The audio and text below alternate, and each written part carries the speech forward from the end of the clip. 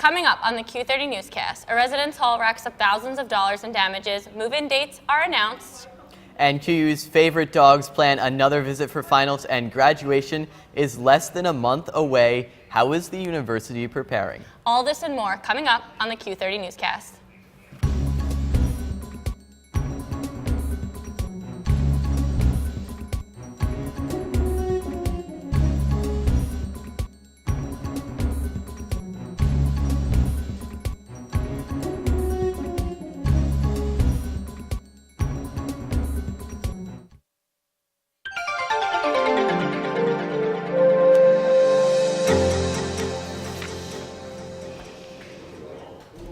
Welcome to the Q30 Newscast. I'm Joel Vanner. And I'm Sarah Schreiner.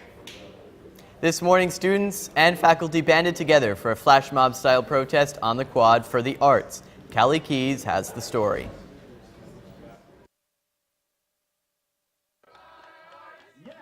If you were walking on the quad this morning, you may have experienced an unusual sight full of dancing, music, and poetry. This flash mob was a protest in response to Trump's aggression towards cutting the federal arts endowment.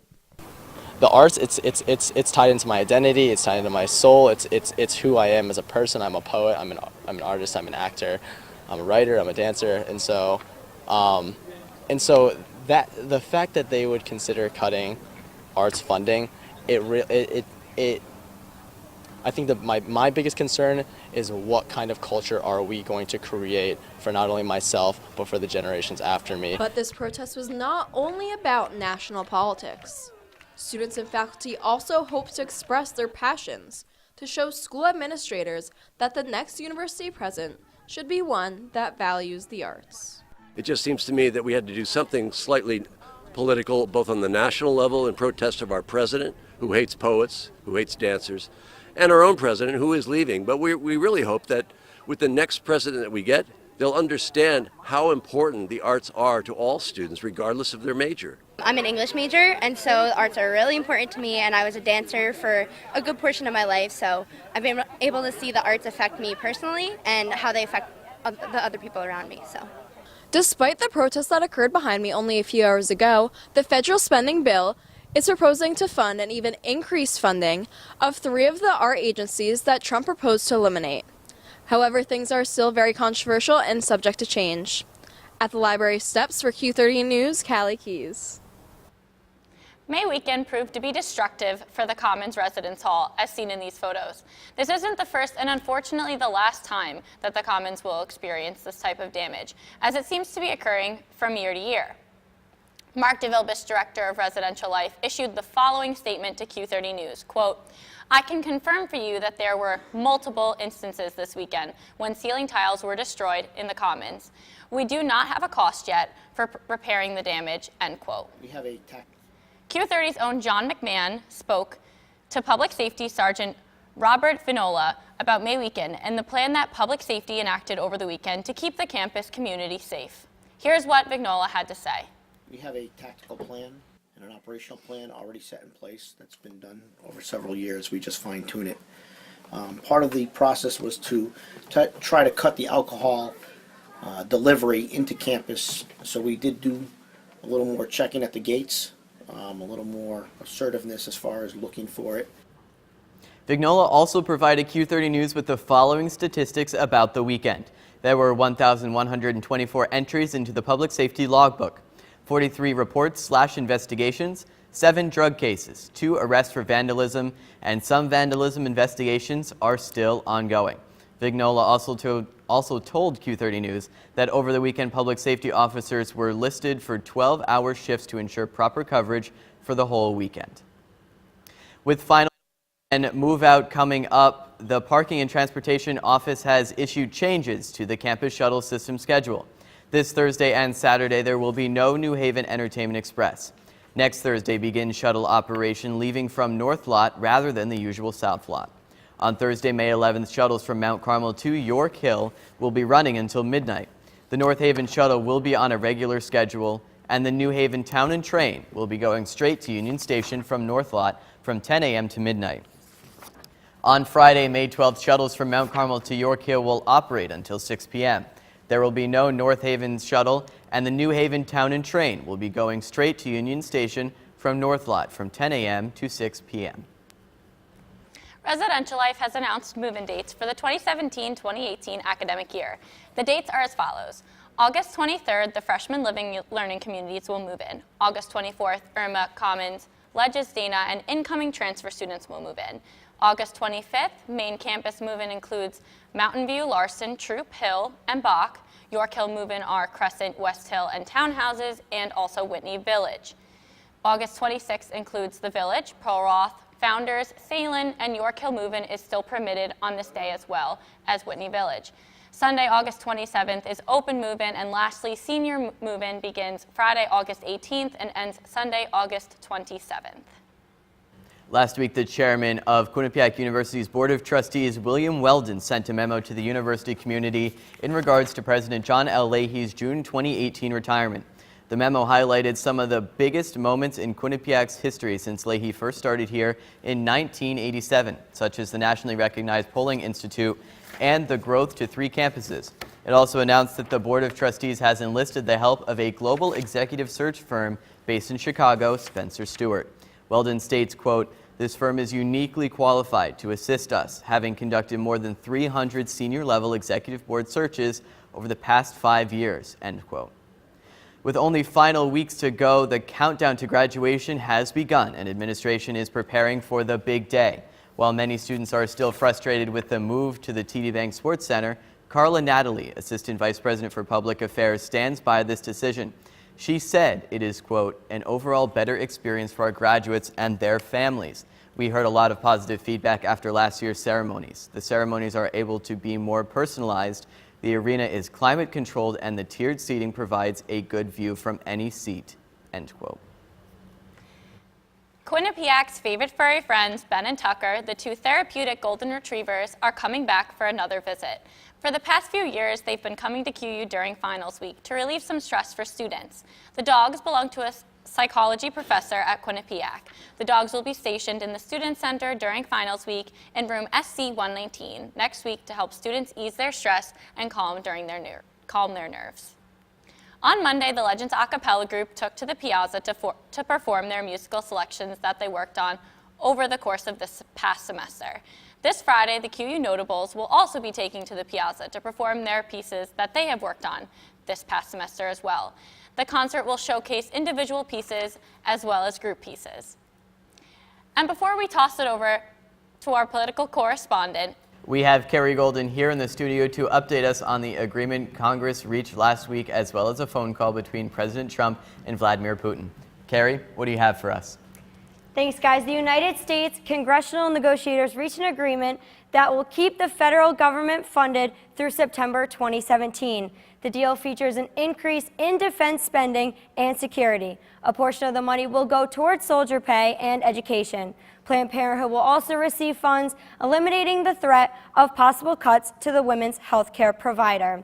The Environmental Protection Agency will again receive funding, allowing them to continue with most of their programs. Puerto Rico will get an emergency $295 million for its Medicaid health insurance for the poor, while the Pentagon will be receiving around $13 billion, with another estimated $3 billion for when a plan to defeat the Islamic State militant group is submitted to Congress. The spending bill does not include any money going towards the building of a border wall between the United States and Mexico. Without this agreement, the federal government would have to lay off thousands of workers. On Tuesday, President Trump spoke with Russian President Vladimir Putin via telephone. This dialogue marked their first conversation since the American cruise missile strike on Syria last April, an act of retaliation for Syria's chemical assault on civilians. President Trump hopes the conversation will pull the Russian-American relationship up from what Trump believes to be an at-all-time low and set them on a road to renewed friendship. To express his optimism on moving past the dispute, Trump stated, quote, "Things will work out fine between the USA and Russia. At the right, everyone will come to their senses and find lasting peace," end quote.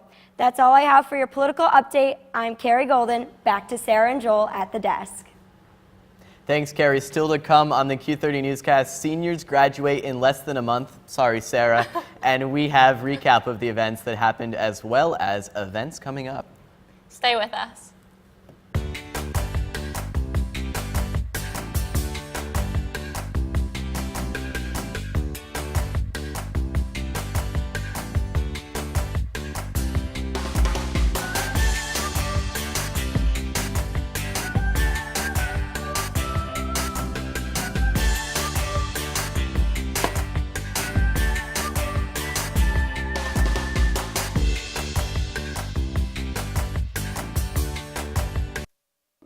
The Q30 Newscast is sponsored by Quinnipiac University Online. Finish your degree faster with online summer courses through QU Online. Coming up, Coming up. Coming up on hashtag that.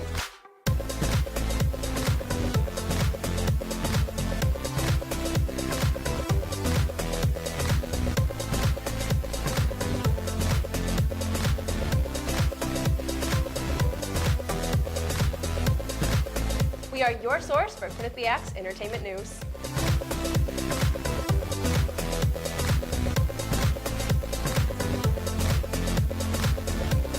Coming up on Bobcat Breakdown. Coming up on Bobcat Breakdown. And welcome into Studio 125. So what? So what? If you score 40 points in a basketball game, we all know you play Quinnipiac intramurals. We all know you love to shoot the rock. Well, if you think that's the most ridiculous thing you've ever heard, what I'm about to say, I guess, is going to be pretty ridiculous in your book. But I'm going to say yes, there is a controversy. I'm getting ready to punch the ball as it lands right in front of another Monumental player.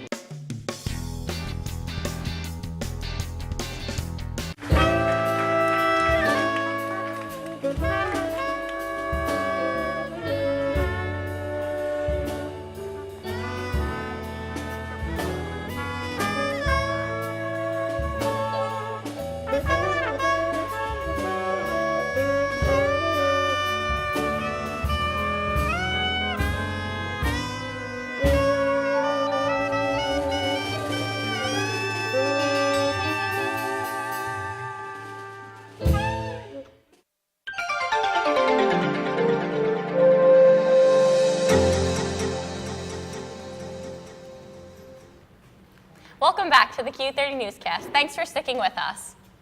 It's almost time for seniors to receive their degrees. Q30's Mike Iozzo found out what Quinnipiac is doing to prepare the future grads for the real world and how the seniors are feeling as graduation approaches. As the end of the semester draws near, Quinnipiac University seniors are eagerly awaiting the walk across the stage to get the diploma they have been working for 4 years. We asked some seniors what their experiences at Quinnipiac have been like.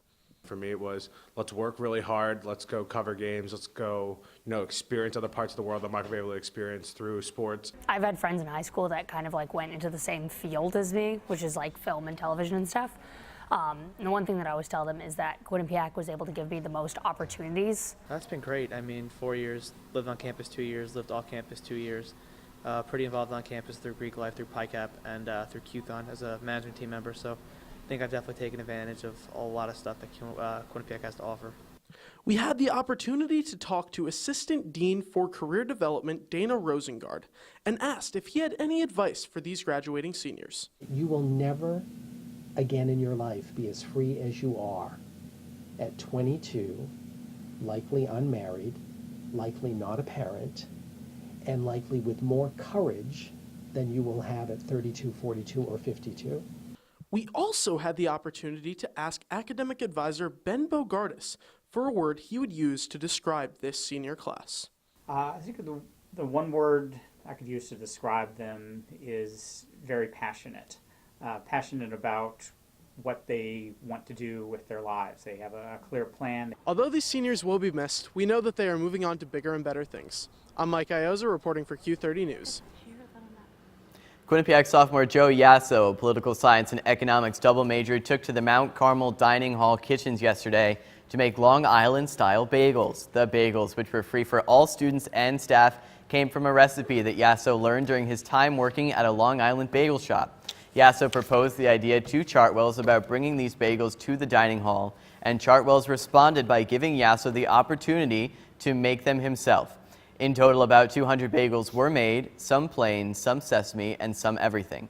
The bagels were available starting at 7:30 a.m. and went until about 9 a.m. The fraternity Beta Theta Pi held its annual Stand Up to Cancer fundraiser last night in BurtCon. The event was a stand-up comedy event where members from organizations on campus competed for their organizations. In the end, Joanna Sayad from Gamma Phi Beta came in first place. The online fundraising page received over $4,000 in donations. Beta Theta Pi will donate all proceeds to the American Cancer Society, which helps fund research, treatment, improve the quality of life of those diagnosed. The Student Programming Board, or SPB, held Bobcat Bounce this past Friday in the Mount Carmel Athletic Center from 1 p.m. to 4 p.m. Event goers were able to enjoy free ice cream and pizza, as well as a variety of different inflatables and other games. Quinnipiac University Engineering Student Organization, or CASO, held their end-of-the-year barbecue today on the Mount Carmel volleyball courts. Besides great food, there were games like Can Jam, Frisbee, and Cornhole. The newly elected E-Board of CASO was also introduced, and a farewell was paid to senior members who are graduating. All members of the community were invited to attend this event.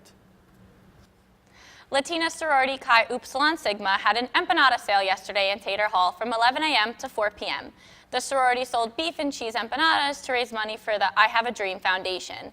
The foundation aids in supporting children from low-income backgrounds in order to attain an education.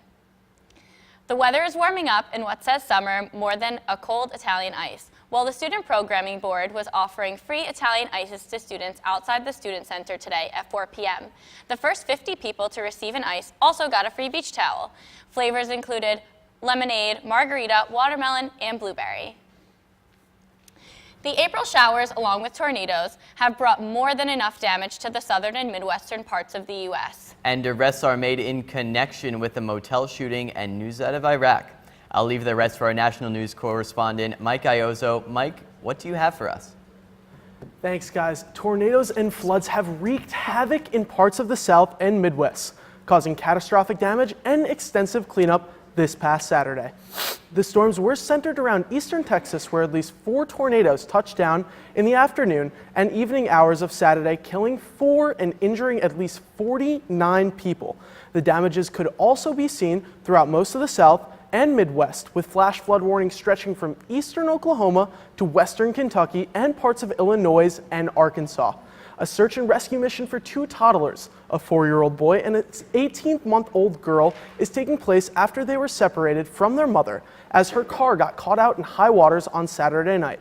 And the other side of the state, in Fairheight, police and fire have said there are around 20 water rescue missions that have been conducted throughout Saturday afternoon and evening.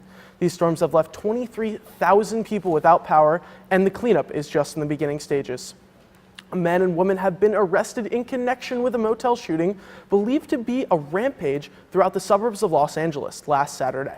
The rampage is believed to have ended with 1 person dead and at least 3 others injured. The shooting spree began on Saturday afternoon when a Hispanic man, along with his female accomplice, forced their way into a green SUV in Pico Rivera and spanned multiple cities. He then shot at another man and opened fire in 4 other locations. The abandoned car was found a few hours later in a park located in Whitter. A man and woman matching the same description of the carjackers were arrested late on Sunday for a shooting that took place in a motel located in Santa Fe on Saturday night. The victim of this shooting was not seriously injured. A report put out by the Pentagon says that at least 362 civilians have been killed unintentionally by artillery and airstrikes conducted by the military since the operation began in August of 2014. The report released earlier this week found that in the most recent incident on March 1st, there were 14 civilians killed in a strike in an ISIS factory producing explosive devices. The strike set off a secondary blast near a house down the street in Mosul, Iraq. In the same town, 10 civilians were unintentionally killed during a strike against an ISIS headquarters 2 days later. The report also states that a coalition airstrike is under investigation, as it could have played a role in the death of as many as 200 civilians in western Mosul. Within the report, the task force says, quote, although the coalition takes extraordinary effort to strike military targets in a manner that minimalizes the risk of civilians' casualties are unavoidable, end quote. That's it for your National News Update. I'm Mike Iozzo. Back to Joel and Sarah at the desk. Still to come on the Q30 Newscast, a full weather forecast reveals if the cloudy skies continue or if the springtime sunshine will return. I hope the sunshine will return. Stay with us.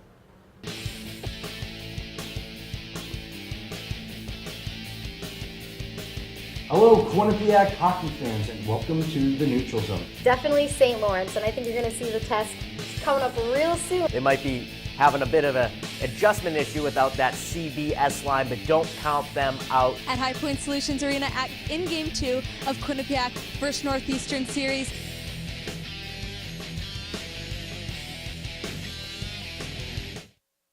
All this and more. Coming up on the Q30 Newscast.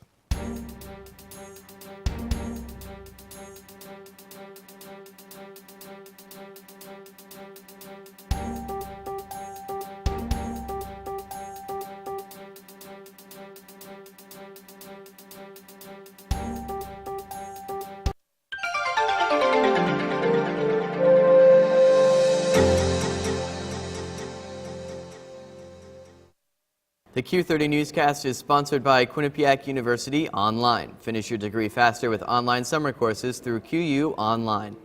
It's 9:30 Eastern, and you know what that means. Sports Pause is on the air. Ball played up the middle. Emmanuel with a little cheat off the pipe. Preseason just boils down to going after another national championship and not necessarily focusing on the one before. MJ, it is time for our favorite part of the show. It's the top 5 plays of the week, brought to you by B&D Deli, home of the Q-Dog. Let's talk about the first play you want to break down. Yeah, let's break it down right away. But the one name I'm going to throw out there is a freshman, Mika Maples. That's awful. Welcome back to the Q30 Newscast. Thanks for sticking with us. It was definitely warm this past weekend here in Connecticut. Hopefully spring is here to stay. Brooke Riley is standing by with the weather update. Brooke, what do you have for us? Thanks, guys. It's a little chilly out here on the quad tonight. We had a windy day out there today. The temperature is 52 degrees, but it is mostly clear out, and the winds are northwest at 8 miles per hour. Tomorrow, it looks like we got a pretty nice day ahead of us. Sunny skies with a high of 59 degrees. Definitely a good day to go for a walk, take a break from studying, with winds southeast at 7 miles per hour. Tomorrow night, it is going to be a little chilly. I know there's a lot of late night studying going on in the library, so definitely make sure you bring a coat with you because the temperature is going to be 50 degrees and cloudy with winds 6 miles per hour. Looks like the temperature is going to hover around the low 50s across the state of Connecticut tonight, with it 49 degrees in Waterbury, 50 in Storrs, 51 in Hartford, Meriden, and New Haven, and 52 in Norwich and New London. Looking ahead at our final 7-day forecast, it's going to be 62 degrees and sunny tomorrow, definitely a nice day. We do have some rain in the picture on Friday, 58 degrees, so make sure you bring an umbrella with you to the last day of classes.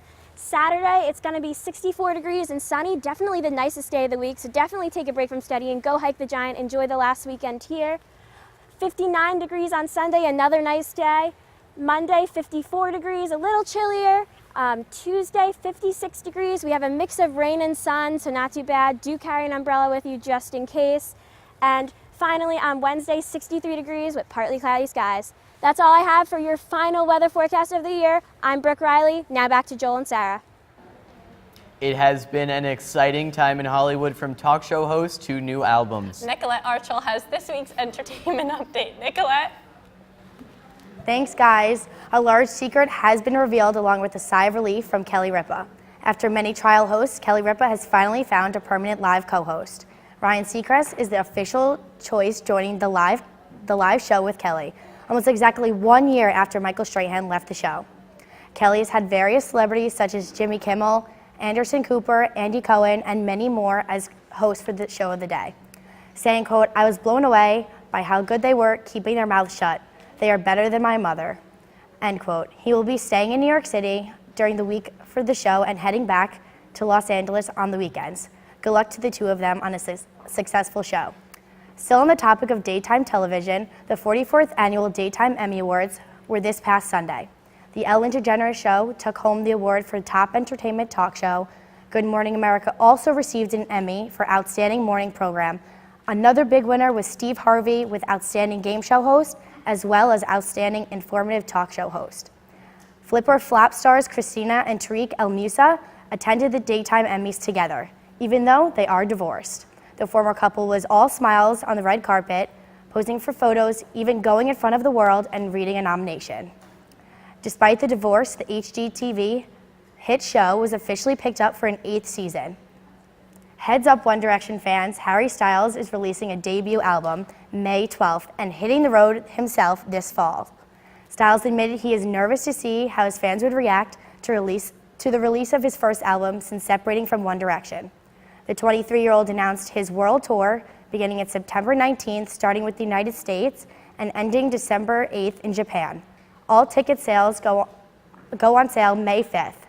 That's all for your entertainment update. I'm Nicolette Archel. Back to you guys at the desk. We're almost at the end of our show, but not before we give you a Quinnipiac sports update. Stay with us. Coming up, Coming up, and hashtag that.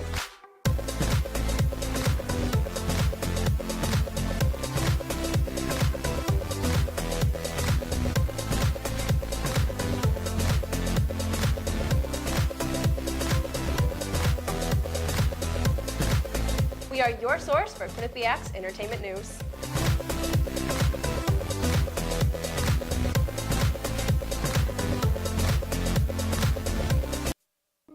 The Q30 Newscast is sponsored by Quinnipiac University Online. Finish your degree faster with online summer courses through QU Online.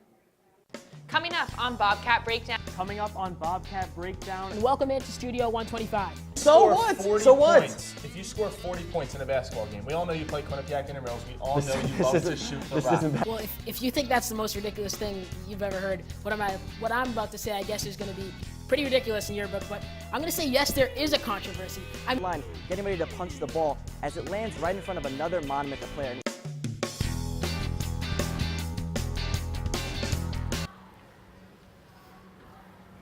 welcome back to the Q30 Newscast. Thanks for sticking with us. The semester may be coming to a close, but sports never does. Chris Stacy and Drew Feinberg have the top 5 plays of this year for us. Chris, Drew, who made it into your top 5? Joel, you are correct. 2 women's Bobcat teams have made the NCAA tournament this past week. Both the women's tennis and golf teams won their respective MAC tournaments and are now moving on to the NCAAs. The tennis team is heading down to Lubbock, Texas for the first round to clash with the Texas Tech Red Raiders. As for the golf team, they're also heading south, but they will be going to Athens, Georgia for the first round to compete with the University of Georgia Bulldogs. The Quinnipiac baseball team played host to Canisius this past weekend in a 3-game series. The Bobcats went 1-2 in the series, winning Game 2 of the series 7-4 and losing Games 1 and 3 10-4 and 3-2 respectively. Despite the outcome, 2 Bobcats inched closer to making history.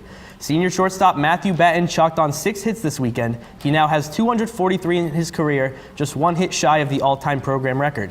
Sophomore Liam Scaffarello also blasted 2 home runs to give him 15 on the year. In the process, he became second all-time in home runs during a season. He is only 1 home run shy of tying Joe Zangari's record of 16. Now, Drew, let's take a look at our top 5 plays of the year. Let's do it right now. Yes. Like I said, top 5 plays of the year. That says week. Graphic was a little wrong there. We're going to take a look at the top 5 plays. Drew, take us off with number 5. All right, number 5, women's basketball quarterfinals against Iona. Great passing sequence by the Bobcats to find the eventually open Jen Fay for the easy 3-pointer. Gotta love that ball movement. At number 4, we're going to go take it to the ice here. We're going to see Thomas Allward with a nice dangle there. That is a goal right there. That's a nice one. That definitely is a goal. At number 3, Cheshire, Connecticut's own Al Pelletier takes it herself and absolutely just curls this around the Canisius goalie. Quinnipiac would win this one right 3-0. And at number 2, we're going to go to the hardwood. We're going to see Shage Daniels miss the layup, but Pete Kiss is going to clean it up with the dunk right there. Pete Kiss, he's transferred to Rutgers. Number 1 play of the year, freshman Nick Germain toe drags the Brown defender out of his skates and absolutely undresses the Brown goalie. Goal right there. Well, that's going to do it for us here. Guys, back to you at the desk. Thank you, Chris and Drew. A great selection of plays from the year to end a great year of sports on the newscast. Remain up to date over the summer on Quinnipiac News by following us on Twitter at Q30 News. And check out full-length articles and other packages from the entire station by visiting us at q30television.com. Well, Sarah, it looks like that's it for us tonight. It was a pleasure running this newscast behind the scenes with you all year. And as you're graduating in a few weeks, I wish you the best of luck, and I know you'll find your place and you'll do great things. Thank you, Joel. Being executive producer of the newscast has without a doubt been a been one of my greatest experiences at Quinnipiac, but I'd also like to thank the production crew and all of the people I've worked with this year who have made this experience one for the books, without a doubt, one of the best of my lifetime. So for the last time, signing out, this is Sarah Schreiner. And I'm Joel Vanner. We hope you enjoyed watching us all year at Quinnipiac. Good night. Good night.